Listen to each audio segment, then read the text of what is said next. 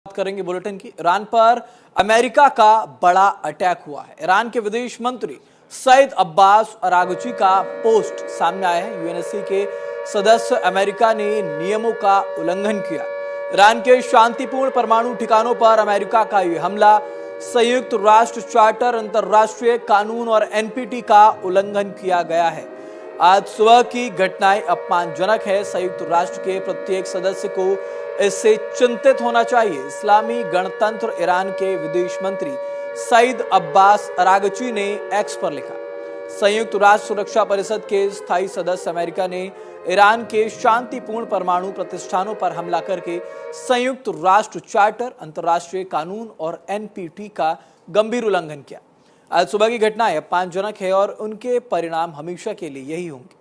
संयुक्त राष्ट्र के प्रत्येक सदस्य को इस बेहद खतरनाक, अराजक और आपराधिक व्यवहार से चिंतित होना चाहिए।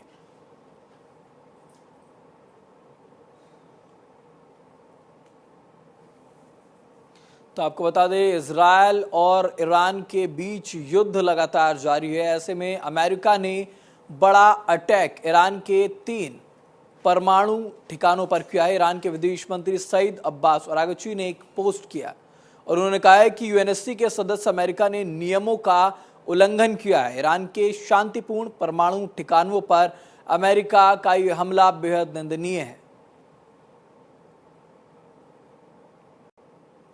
तो ईरान इजरायल जंग के बीच अब अमेरिका की इस जंग में एंट्री हो चुकी है और वॉर रूम में अमेरिकी राष्ट्रपति डोनाल्ड ट्रंप युद्ध से जुड़ी हर अपडेट पर खुद नजर रख रहे हैं।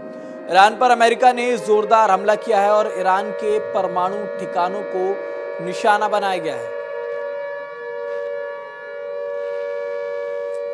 तो ईरान और इजरायल के बीच 13 तारीख से जंग लगातार जारी है और ऐसे में अब वो अमेरिका की एंट्री इस युद्ध में हो चुकी है। वॉर रूम में खुद डोनाल्ड ट्रंप बारीकी से हर अपडेट पर नजर रखे हुए हैं। आपको बता दें, अमेरिका और इजरायल का ईरान के परमाणु ठिकानों पर हमला ईरान पर दबाव बनाने की कोशिश है। ईरान को बार बार अमेरिका की तरफ से भी कहा गया है कि ईरान शांति के रास्ते पर चले, ईरान किसी भी तरीके के रिटेलिएशन ना करे, ईरान किसी भी तरीके के शांति को भंग करने की अब कोशिश ना करे, क्योंकि ट्रंप ने अपने बयान में साफ कर दिया था कि अगर शांति नहीं तो संहार होगा। ऐसे में अब वॉर रूम से खुद डोनाल्ड ट्रंप बारीकी से युद्ध के हर छोटे बड़े अपडेट पर नजर रख रहे हैं।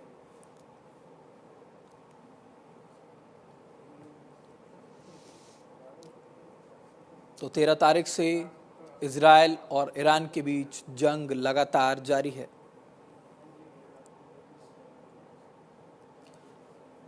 दोनों देशों के बीच हमले लगातार जारी हैं और ऐसे में तमाम देश एक दूसरे के सपोर्ट में सामने आ रहे हैं और ऐसे में ये भी स्थिति जटिल होने की कगार पर कहीं ना कहीं नजर आ रही है, क्योंकि इजरायल और अमेरिका ने मिलकर ईरान के 3 परमाणु ठिकानों पर हमले किए हैं।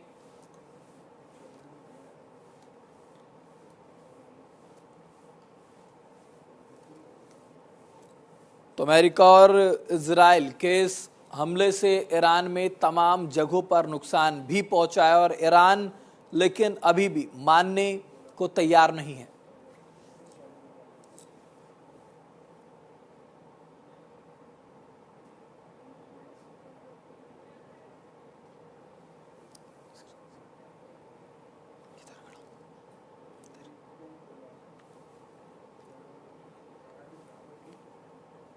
और ईरान के बीच जंग लगातार जारी है और ऐसे में अब अमेरिका की तरफ से अमेरिका और इजरायल ने मिलकर ईरान के 3 परमाणु ठिकानों को ध्वस्त करने के लिए हमला किया। आपको ग्राफिक्स के जरिए बताते हैं कि कैसे ये हमला किया गया है, किन हथियारों के जरिए ये हमला किया गया था। बंकर बस्टर बम यानी कि GBU-57, इसकी लंबाई 20 फुट की है, वजन 13,607 किलोग्राम, पहाड़ को 300 फीट तक चीर सकता है।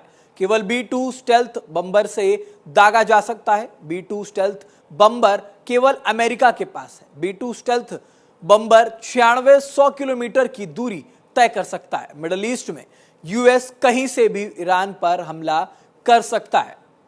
तो ये GBU-57 है, आपको बता रहे हैं बंकर बस्टर बम है और इसी के जरिए ईरान के परमाणु ठिकानों पर हमला किया गया था। इसकी लंबाई की अगर बात करें तो 20 फीट की इसकी लंबाई है और वजन की बात की जाए तो 13,607 किलोग्राम का ये है। पहाड़ को 300 फीट तक चीरने की क्षमता ये रखता है अपने पास और इसी के जरिए ईरान के तीनों परमाणु ठिकानों पर हमला किया गया है।